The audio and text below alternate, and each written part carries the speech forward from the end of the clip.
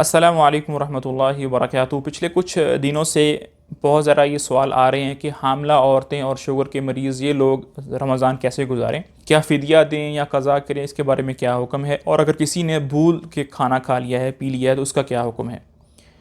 سب سے پہلے اس بارے میں بات کرتے ہیں کہ بھول چوک کر اگر کھانا کھا لیا ہے تو اس کا روزہ ٹوٹتا ہے یا نہیں ٹوٹتا۔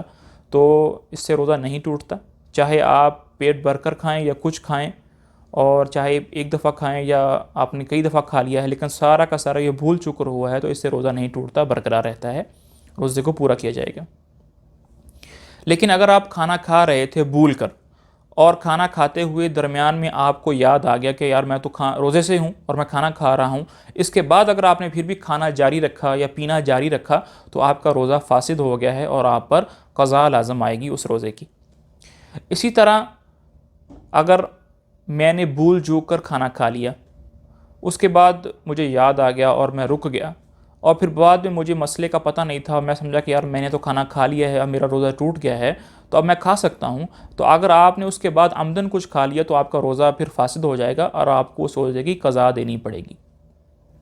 پھر بعض لوگ یہ بھی پوچھتے ہیں کہ اگر ہم کسی روزے دار کو کھاتا پیتا دیکھیں تو کیا اس کو یاد کروا دیں کہ تمہارا روزہ ہے یا نہیں ہے۔ اس میں فقہا یہ کہتے ہیں کہ اگر آپ نے کسی روزے دار کو روزے کی حالت میں کھاتا پیتا دیکھ لیا ہے تو اگر وہ آدمی روزہ مکمل کر سکتا ہے، اس کے پاس طاقت ہے، قوت ہے، اس کی صحت ٹھیک ہے کہ وہ روزہ کو پورا کر لے گا بغیر کھائے پیے، تو اس کو یاد کروانا واجب ہے کہ بھئی تمہارا روزہ ہے۔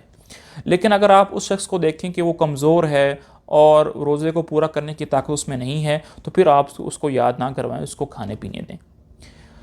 شوگر کے مریض اپنا روزہ کس طرح کریں یا رمضان کے اندر وہ کیا کریں۔ اگر دیکھیں، اگر شوگر کے مریض کو اس بات کا غالب گمان ہو جائے کہ وہ اپنے روزے کو پورا کر سکتا ہے اور اس کو کسی قسم کا نقصان، جسمانی طور پر صحت کے اعتبار سے کوئی نقصان اس کے جسم کو نہیں پہنچے گا، تو اس کو روزہ رکھنا چاہیے۔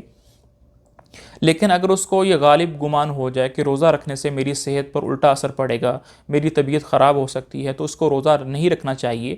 اور اس کو فدیہ دینا چاہیے، کیونکہ شوگر کا جو مرض ہے وہ دائمی ہوتا ہے الا ماشاء اللہ، تو اس کو فدیہ دینا چاہیے جو کہ 1.25 کلو گندم کی قیمت ہے ایک روزے کے بقدر۔ اور جو حاملہ عورتیں ہیں ان کے بارے میں بھی یہی تفصیل ہے کہ اگر حاملہ عورت کو اس بات کا غالب گمان ہو جائے کہ روزہ رکھنے سے میرے بچے کی صحت پر کوئی اثر نہیں پڑے گا، کوئی نقصان نہیں ہوگا، تو اس کو روزہ رکھنا چاہیے۔ کو اگر غالب گمان ہو جائے کہ روزہ رکھنے سے میری بچے کی طبیعت پر الٹا نقصان ہوگا، صحت پر برا اثر پڑے گا روزہ رکھنے کی وجہ سے، تو اس کو روزہ چھوڑنے کی اجازت ہے، اور وہ فدیہ نہیں دے گی بلکہ قضا کرے گی ان روزوں کی جو اس کی حمل کی دنوں میں آئے ہیں۔ هذا وصلی اللہ علی نبینا محمد وعلی آلہ وصحبہ اجمعین۔